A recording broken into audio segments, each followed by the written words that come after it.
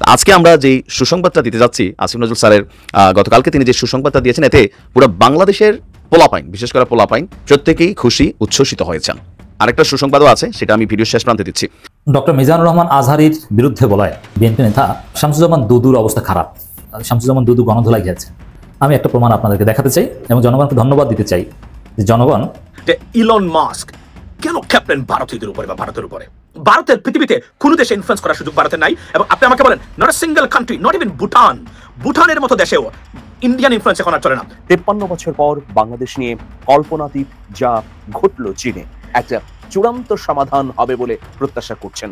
53 বছর পর আরেকটি অভাবনীয় নতুন দিগন্ত খুলতে যাচ্ছে বাংলাদেশের চীনের সঙ্গে। সেটা হচ্ছে অন্তর্বর্তীকালীন সরকারের ডক্টর ইউনূসের নেতৃত্বে এই সরকারের আরেকটি ঐতিহাসিক কূটনৈতিক সফলতা। দর্শক, এই সফলতার নেপথ্যে মূল অবদান বা গুরুত্বপূর্ণ অবদান, মূল বলবো না, অতি গুরুত্বপূর্ণ অবদান। বর্তমান রাজনৈতিক প্রেক্ষাপটে চীন বাংলাদেশকে অনেক সুযোগ দিচ্ছে। এই সুযোগ দেওয়ার অর্থ হচ্ছেই যে সরকারের সাথে তারা অনেক বেশি ঘনিষ্ঠ হচ্ছে, ভারতকে দূরে ঠেলে দিচ্ছে। এবং চীনের হাতে তো অফুরন্ত ক্ষমতা, তার অর্থ আছে, তার শক্তি আছে। অর্থ এবং শক্তি, দুই শক্তিটাই এখন বর্তমান সরকারের জন্য বা বর্তমান বাংলাদেশের জন্য খুব জরুরি। দেশনেত্রী বেগম খালেদা জিয়ার যা ক্ষতি হওয়ার সব হয়ে গিয়েছে। ইতিমধ্যেই লন্ডন থেকে জানা গিয়েছে তার লিভার যে প্রতিস্থাপন করা হবে সেটা আর সম্ভব হচ্ছে না, কারণ ফ্যাসিবাদী শেখ হাসিনা তাকে যথাসময়ে চিকিৎসার জন্য বিদেশে যেতে দেয়নি। জুলাই শহীদ স্মৃতি ফাউন্ডেশনের সাধারণ সম্পাদকের দায়িত্বে আমি নেই সার্জিস আলম। হঠাৎ করে কেন এই খবর? সবাই তো জানতো যে সার্জিস আলম এই দায়িত্বে আছেন, সেই দায়িত্ব থেকে কেন সরে গেলেন? বাংলাদেশে আপনি সিঙ্গেল রেকর্ড স্বাধীনতার 54 বছরে পাবেন না যে কোনো ব্যক্তি সমালোচনার মুখে, সামান্য সমালোচনার মুখে, ফেসবুকে দুই একটা কথার মুখে দায়িত্ব ছেড়ে দেয়। সার্জিস আলমের সেই বুকের পাটা সার্জিসের আছে এবং সার্জিস দেখিয়েছে যে না, আমি ছেড়ে দিলাম, আমি আজকে থেকে দায়িত্বে নাই, আমার চেয়ে বেটার যদি কেউ থাকে যে এটাকে বেটার চালাইতে পারে তারা চালাক। দর্শক, জুলাই স্মৃতি ফাউন্ডেশনের সাধারণ সম্পাদক সার্জিস আলম হঠাৎ করেই তিনি পদত্যাগ করেছে। অনেকেই মনে করেছে হয়তোবা তার বিরুদ্ধে কোনো ধরনের দুর্নীতির অভিযোগ বা প্রমাণ পাওয়া গিয়েছে, এ কারণেই তিনি পদত্যাগ করেছে। কিন্তু না প্রিয় দর্শক, এ ধরনের কিছুই ঘটেনি, বরং ঘটে গিয়েছে অন্য একটি ঘটনা। প্রিয় দর্শক, তাহলে তাকে কি কেউ পদত্যাগ করতে বাধ্য করেছে, নাকি তিনি স্বেচ্ছায় পদত্যাগ করেছে যেমনটা তিনি তার ফেসবুক স্ট্যাটাসে উল্লেখ করেছে? এর মূলে আসলে কি রয়েছে বা কে তাকে পদত্যাগ করতে বলেছে? প্রিয় দর্শক, তিনি এই পদত্যাগটির মাধ্যমে যেই দৃষ্টান্ত রেখে গিয়েছে সেটি বাংলাদেশের ইতিহাসে কখনোই ঘটেনি। প্রিয় দর্শক, এরই সাথে সাথে আপনারা জানতে পারবেন ডক্টর আসিফ নজরুল বাংলাদেশের জনগণকে সুসংবাদ দিয়েছে। প্রিয় দর্শক, আসিফ নজরুলকে কেন্দ্র করে অনেকেই অনেক ধরনের সমালোচনা করে থাকেন, অনেকেই তাকে ভারতের এজেন্টও বলে থাকে। কিন্তু প্রিয় দর্শক, তিনি এই মুহূর্তে এসে যেই সুসংবাদটি দিয়েছে সেই সুসংবাদটি বাংলাদেশের প্রত্যেকটি জনগণের জন্য, অর্থাৎ সে যে দলই করুক না কেন সকলের জন্য এই সুসংবাদটি প্রযোজ্য। প্রিয় দর্শক, কি সেই সুসংবাদ তারও বিস্তারিত আলোচনা আপনারা সামনেই দেখতে চলেছেন। এরই ধারাবাহিকতায় আপনারা জানতে চলেছেন চীন এই মুহূর্তে এসে বাংলাদেশকে সুসংবাদ দিয়েছে। প্রিয় দর্শক, চীন ও বাংলাদেশকে ঠিক কি সুসংবাদ দিয়েছে তারও বিস্তারিত আলোচনা দেখাবো। তবে তার আগে বলে, যারা এখনো চ্যানেলটি সাবস্ক্রাইব করেননি সকলে চ্যানেলটি সাবস্ক্রাইব করে পাশে থাকা বেল আইকনটি বাজিয়ে দিবেন। আর যারা ইতিমধ্যেই সাবস্ক্রাইব করে রেখেছেন তাদের সকলকে অসংখ্য ধন্যবাদ। তো চলুন একটি লাইক দিয়ে আমরা ধারাবাহিকভাবে সবগুলো ভিডিওর বিস্তারিত আলোচনা দেখে আসি। বাংলাদেশে আপনি সিঙ্গেল রেকর্ড স্বাধীনতার 54 বছরে পাবেন না যে কোনো ব্যক্তি সমালোচনার মুখে, সামান্য সমালোচনার মুখে, ফেসবুকে দুই একটা কথার মুখে দায়িত্ব ছেড়ে দেয়। সার্জিস আলমের সেই বুকের পাটা সার্জিসের আছে এবং সার্জিস দেখিয়েছে যে না, আমি ছেড়ে দিলাম, আমি আজকে থেকে দায়িত্বে নাই, আমার চেয়ে বেটার যদি কেউ থাকে যে এটাকে বেটার চালাইতে পারে তারা চালাক। তো এই জন্য সার্জিসকে ধন্যবাদ জানানো উচিত।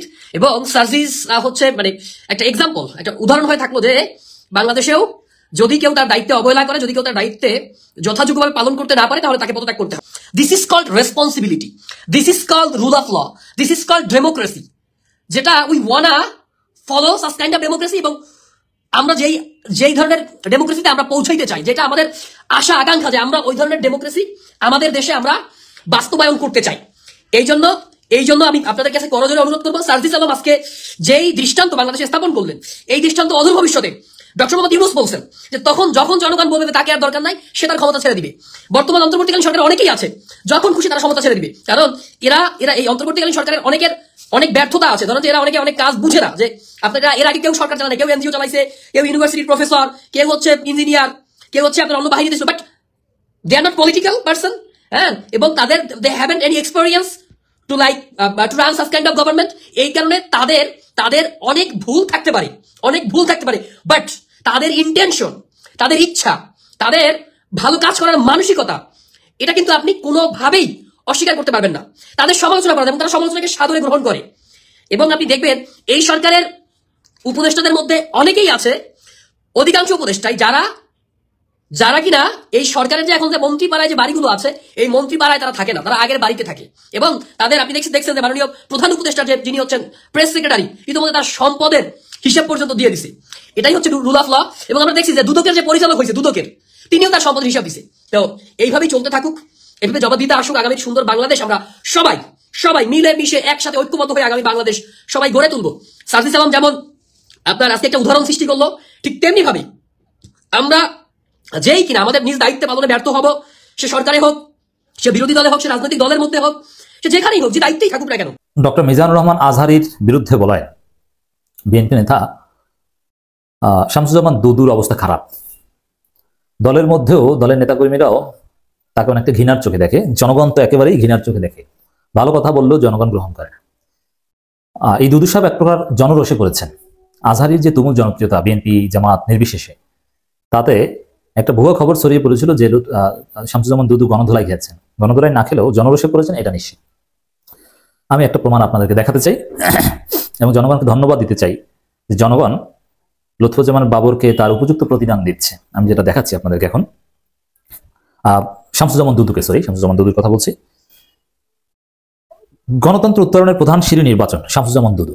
কথা কিন্তু খারাপ না, একটা সিম্পল কথা বা ভালো একটা কথা। গণতন্ত্র উত্তরণের প্রধান সিঁড়ি নির্বাচন, এই মুহূর্তে নির্বাচন চাওয়া না চাও এগুলো নিয়ে আমাদের আপত্তি রয়েছে, কিন্তু তারপরও গণতন্ত্র উত্তরণের জন্য প্রধান সিঁড়ি নির্বাচন, এটা তো ঠিক। দুদু এই কথা বলেছেন।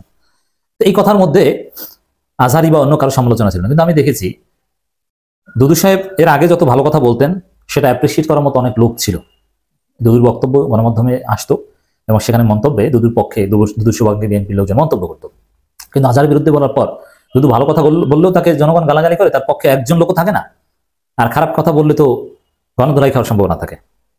দর্শক, এই যে ভালো কথাটা বলেছেন, কিন্তু জনগণ তাকে কি প্রতিদান দিয়েছে? বিভিন্ন গণমাধ্যমে দুদুর এই বক্তব্য এসেছে, সেখানে মন্তব্যের ঘরে আমি যেটা দেখলাম, এদেশ তো শুধু জামাতের না, এদেশে তো বিএনপি বেশি এখন, কিন্তু মন্তব্যগুলো দেখেন জনগণ, একটা মন্তব্য দুদুর পক্ষে নেই, একটা মন্তব্য নেই। 100% মন্তব্য দুদুকে ট্রল করছে, কটাক্ষ করছে। মানে আজহারের বিরুদ্ধে বলায় তারই পরিণতি হয়েছে, এটা আমার টেক। জনগণের মন্তব্য দেখেন দুদুর উদ্দেশ্যে। নিশ্চয়ই সে একজন বিএনপির লোক, ধারণা আমি তাকে মূলত চিনি না, মানে ট্রল করেছেন। একজন লিখেছেন নির্বাচনে নো নিড গণতন্ত্র, উই নিড ইসলাম। এটা আহলে হাদিস টাইপের কেউ লিখতে পারে, মানে দুদুর কথার মূল্য কারো কাছে নেই। নির্বাচন সাধারণ মানুষের জন্য একটা ফাঁদ, অথচ নির্বাচন একটা ভালো মানুষ, কিন্তু দুদু নির্বাচনের কথা বলে ওটাকে ফাঁদ মনে করে জনগণ। একজন লিখেছেন ইউনূস সাহেবের পেছনে লাগবেন না, অপেক্ষা করুন, ইউনূস সাহেবকে সহযোগিতা করুন, যদি দেশকে ভালোবাসেন। আপনারা অনেক খেলছেন জনগণ নিয়ে, এত উৎসাহী হবেন না, মানে দুদুকে হুঁশিয়ারি দিচ্ছেন। আরেকজন লিখেছেন হাসিনার আমলে এই সিঁড়ি কোথায় ছিল, মানে এখন গণতন্ত্র উত্তরণের সিঁড়ি নির্বাচন, হাসিনার আমলে এই সিঁড়ি কোথায় ছিল? তখন তো আপনার এই সিঁড়ি নিয়ে তেমন কিছুই করতে পারেনি, ঈদের পর আন্দোলনের কথা বলেছিলেন শুধু। গত 15 বছরে 3 বার নির্বাচন হয়েছিল, লোম কার ছিঁড়ছিলেন? জনগণ দুদুকে জবাব দিচ্ছে। দুদু ভাই, ঈদের পর নির্বাচন হবে তো? দুদুকে ট্রল করছে। নিউজে দেখলাম আপনার লোকেরা চর দখল করছে, নির্বাচন হয়ে কি আর করবেন? দখল তো হয়ে গেছে, আপনাদের লক্ষ্য উদ্দেশ্য হাসিল হয়েছে, দখল তো করেছেন সব, এটা বৈধতা দিতে চান, এই তো। এখন মাঝে মাঝে জনগণ ধরে আপনাদেরকে চর্থা পড়তে, এটা থেকে বাঁচতে চান, এই জন্য নির্বাচন দরকার। নির্বাচনের পরে শুধু খাওয়া, তখন দেশ ও জনগণের কথা মনে থাকবে না কারোই। দেখছেন এই নির্বাচন, দুদু এদেরকে জনগণ কতটা নেগেটিভলি দেখে, এবং এরা কারা? এই মন্তব্যগুলো করছে আপামর জনসাধারণ। বিএনপির লোকজনকে নেই দুদুর পক্ষে লেখার, কেউ লিখছে না। বিএনপির লোকজন তার পক্ষে কলম ধরতে সাহস পাচ্ছে না। আজহারের বিরুদ্ধে বলার মজা। সংস্কার আগে কোনো নির্বাচন নয়, ঈদের পরে নির্বাচন। এই দুদুরাই হচ্ছে দুদু টুকু, নামটাও মজার, দুদু টুকু। এরা হচ্ছে বিএনপিকে এই খাম্বা তারেক, ঈদের পর, এগুলোর জনক, এদের কারণে বলে এগুলো। ওরে দেখলেই রাগ ওঠে একজনের মন্তব্য, এতদিন তাদের হাসিনা আম্মার কাছে নির্বাচন চাস নাই কেন? তোদের হাসিনা আম্মার কাছে, এবং দুদুদের আম্মা হচ্ছে হাসিনা, এটা জনগণ মনে করে এখন। গণতন্ত্র এ বাদ দেন, জাতীয় সরকার বানান, দোয়া ইউনূস করেন, চাঁদাবাজি দখলবাজি হাতকে আরো বড় করার প্রধান সিঁড়ি নির্বাচন, রাইট? এই নির্বাচনের মধ্য দিয়ে এটাকে এস্টাবলিশ করতে চায়। নির্বাচন করে মুখে ফেনা তুলবেন না। আমি যত কমেন্ট দেখলাম সব এবং অনেকে বিএনপির চাঁদাবাজির প্রমাণ স্ক্রিনশট দিয়েছেন। ময়মনসিংহে বিদেশি বিত্তশালী ছাত্রদল নেতা গ্রেপ্তার এবং গ্রেপ্তার করতে গিয়ে পুলিশ আহত হয়েছে। এই হচ্ছে অবস্থা দর্শক। দুদু ভালো কথা বললেও জনগণ এভাবে প্রতিদান দিচ্ছে।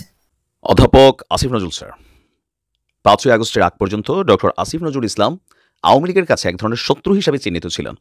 বিভিন্ন সময়ে তার যে অফিস কার্যালয় আছে সেখানে ছাত্রলীগ এবং যুবলীগের নানান ধরনের হয়রানিরও তিনি শিকার হয়েছেন, বা আমলা মন্ত্রী পর্যায়ে তিনি টার্গেটেড একজন ব্যক্তি ছিলেন। এরপর সরকার পতন হলো। অন্তর্বর্তী সরকারের খুবই প্রভাবশালী একজন উপদেষ্টা তিনি। কেউ কেউ বলে থাকেন যে ডক্টর ইউনূসের সরকারটাকে পেছন থেকে যারা চালাচ্ছেন তাদের মধ্যে ডক্টর আসিফ নজরুল ইসলাম একজন, আর খুবই গুরুত্বপূর্ণ একটা মন্ত্রণালয়ের দায়িত্বে তিনি এই মুহূর্তে আছেন। তো ক্ষমতায় বসার পর তাকে নিয়ে আলোচনা সমালোচনা নানান ধরনের অনলাইনে সাংবাদিক ইলিয়াস থেকে পিনাকি থেকে শুরু করে অনেকেই নানান হুমকি ধামকিও তাকে বিভিন্ন সময় দিচ্ছেন। এই সকল প্রতিবন্ধকতাকে পাশ কাটিয়ে আসিফ নজরুল ইসলাম তার কাজের সফলতা আসলে কতটুকু আনতে পারছেন। আজকে আমরা যেই সুসংবাদটা দিতে যাচ্ছি, আসিফ নজরুল স্যারের গতকালকে তিনি যে সুসংবাদটা দিয়েছেন, এতে পুরো বাংলাদেশের পোলাপাইন, বিশেষ করে পোলাপাইন মেয়েরা সবাই, আমার কাছে মনে হয় যে আমজনতা যারা অ্যাডাল্ট আছেন, ম্যাচিউর আছেন, প্রত্যেকেই খুশি উচ্ছ্বসিত হয়েছেন। আর বিশেষ করে আরেকটা সুসংবাদও আছে, সেটা আমি ভিডিও শেষ প্রান্তে দিচ্ছি। তো আচ্ছা, আইন বিচার এবং সংসদ বিষয়ক উপদেষ্টা ডক্টর আসিফ নজরুল বলছেন এখন থেকে যুবতীরা বিয়ের ক্ষেত্রে সরকারি কোনো ট্যাক্স দিতে হবে না। এতদিন যাবৎ বিয়ের ক্ষেত্রে সরকারি যে ট্যাক্স নির্ধারিত ছিল সেটাকে প্রত্যাহার করা হয়েছে। আর এছাড়া কাবিননামায় কুমারী শব্দটা প্রত্যাহার করা হয়েছে। কুমারী প্রত্যাহার করে আপনার গতকালকে তিনি বলছেন যে দীর্ঘদিন ধরে আমরা কিছু শব্দ নিয়ে অনেক আপত্তি শুনেছি, বিয়ের কাবিননামায় এখন থেকে শুধুমাত্র অবিবাহিত এই শব্দটা থাকবে। এছাড়া বিয়ের ক্ষেত্রে যেই ট্যাক্স আপনার নির্ধারিত ছিল সেটাকেও সরকার আপনার সরিয়ে নিয়েছে। তো এর পাশাপাশি আমরা যদি দেখি আরেকটা বিষয় হচ্ছে আলেমদের দাবির মুখেও আরেকটা সিদ্ধান্ত এখানে আসছে, একাধিক বিয়ে যারা করতে চান তাদের জন্য সুসংবাদ, সেখানেও কর বাতিল করা হয়েছে।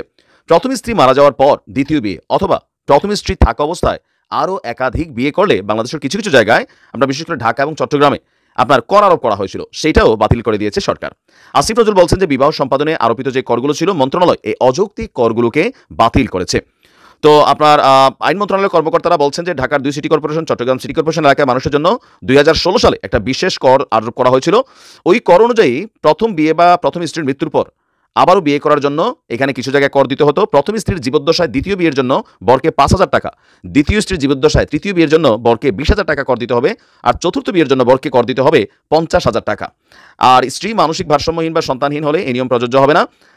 এরপরে 200 থেকে 500 টাকা ছিল। আর বিয়ের ট্যাক্সে অলরেডি এখানে সাইন করে দেওয়া হয়েছে। আর আজকের থেকে আপনারা চাইলে আমরা যদি দেখি ট্যাক্স ছাড়া আপনি বিয়ে করতে পারবেন। তো আমি মনে করি এটা খুবই সুন্দর একটা জিনিস দিয়েছে, যাদের একাধিক বিয়ে করার সুযোগ আছে বিয়ে করেন, কোনো সমস্যা নাই, সরকার বিয়ের ট্যাক্স ফ্রি করে দিয়েছে। আর এতে আমি দেখছি যে সবাই বিষয়টাকে পজিটিভ নিয়েছে। অনেক আলেমদের দাবি ছিল যে বাংলাদেশে বিয়ের এই করটাকে প্রত্যাহার করে নেওয়া। তো আরেকটা সুসংবাদ যেটা বলছিলাম, ডিজিটাল নিরাপত্তা আইন, যে আইনে আমার মতন অনেক মানুষ সারা বাংলাদেশে একসময় বিপদে পড়ছিল। আমরা যখন আওয়ামী লীগ সরকারের সময় কথা বলতাম তখন আপনার হয়তো কি যে ডিবি, এসবি, মন্ত্রিপরিষদ থেকে বিভিন্ন চিঠি যেত লোকাল থানাগুলোতে, সেখানে নানান ধরনের হয়রানিমূলক কর্মকাণ্ড চলতো। কেন অনলাইনে কেন আমরা কথা বলি? আর বাংলাদেশে থেকে যারা কথা বলতেন খুব সহজে বলতেন না, বললে কিন্তু মামলা খাইতেন ডিজিটাল নিরাপত্তা আইনে। তো যারা মামলা খাইছেন এবং কি যারা অনলাইনে অফলাইনে যেখানে যে মামলা খাইছেন তাদের জন্য খুশি সংবাদ হচ্ছে ডক্টর আসিফ নজরুল বলছেন যে এটার ব্যাপারে সিদ্ধান্ত হয়েছে সারা বাংলাদেশে এই যে রাজনৈতিক যে মামলাগুলো, ফ্রিডম অফ স্পিচ বা আমরা বিভিন্ন বক্তব্যের জন্য যারা যেখানে ঝামেলা ছিল, আগামী ফেব্রুয়ারি মাসের মধ্যে সকল মামলা প্রত্যাহার করে নেওয়া হবে। আমি মনে করি এটা খুবই সুন্দর একটা সিদ্ধান্ত হয়েছে। ইভেন ডিজিটাল নিরাপত্তা আইনে বেশ কিছু পরিবর্তন আনা হচ্ছে। আমরা চাই এই সরকার অন্তত বাক স্বাধীনতার জায়গাটাকে মেক শিওর করুক। তবে বাক স্বাধীনতার নামে কাউকে গালাগালি করা, কারো গোষ্ঠী উদ্ধার করা, কারো চরিত্র হনন করা, এটারও আবার আসলে সুযোগ নেই, কারণ আমরা সুযোগ পাইলে এটার অপব্যবহারই করি। বর্তমান রাজনৈতিক প্রেক্ষাপটে চীন বাংলাদেশকে অনেক সুযোগ দিচ্ছে। এই সুযোগ দেওয়ার অর্থ হচ্ছেই যে সরকারের সাথে তারা অনেক বেশি ঘনিষ্ঠ হচ্ছে, ভারতকে দূরে ঠেলে দিচ্ছে। এসব পরিস্থিতি এটা পরিষ্কার। চীনা ঋণ পরিশোধে আরো বেশি সময় পাচ্ছে বাংলাদেশ।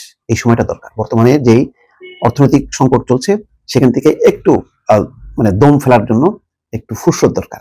সেই ফুরসতটা করে দিচ্ছে চীন সময়সীমাটা বাড়িয়ে দিচ্ছে। দর্শক, এটা শুধু অর্থনৈতিক কৌশল না, এটা একটা রাজনৈতিক কৌশল। 5ই আগস্ট রাজনৈতিক পট পরিবর্তনের পর ভারত যতটা পিছিয়ে গেছে, চীন এবং পাকিস্তান কিন্তু ততটা এগিয়ে এসছে। এবং চীনের হাতে তো অফুরন্ত ক্ষমতা, তার অর্থ আছে, তার শক্তি আছে। অর্থ এবং শক্তি, দুই শক্তিটাই এখন বর্তমান সরকারের জন্য বা বর্তমান বাংলাদেশের জন্য খুব জরুরি।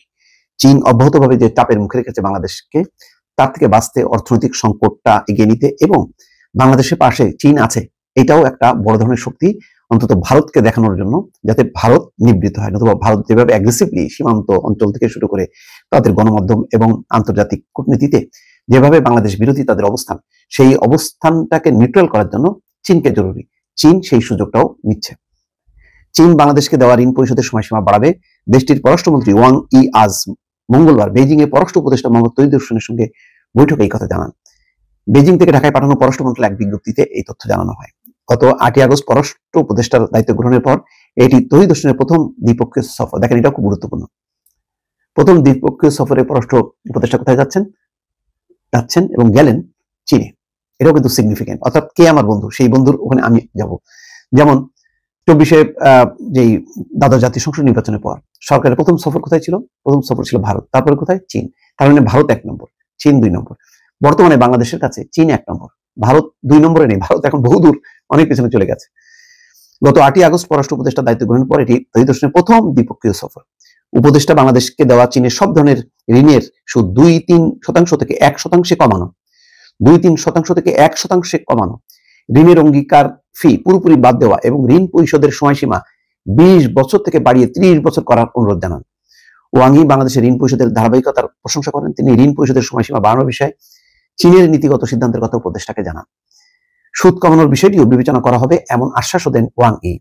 এর আগে গত বছর সেপ্টেম্বরে অর্থ মন্ত্রণালয়ের অর্থনৈতিক সম্পর্ক বিভাগের ইআরডি গণমাধ্যমকে জানায় চলমান চীনা ঋণের সুদের হার 1% নামিয়ে আনতে এবং ঋণ পরিশোধের সময়সীমা বাড়িয়ে 30 বছর করতে চীনকে অনুরোধ জানিয়েছে বাংলাদেশ সরকার।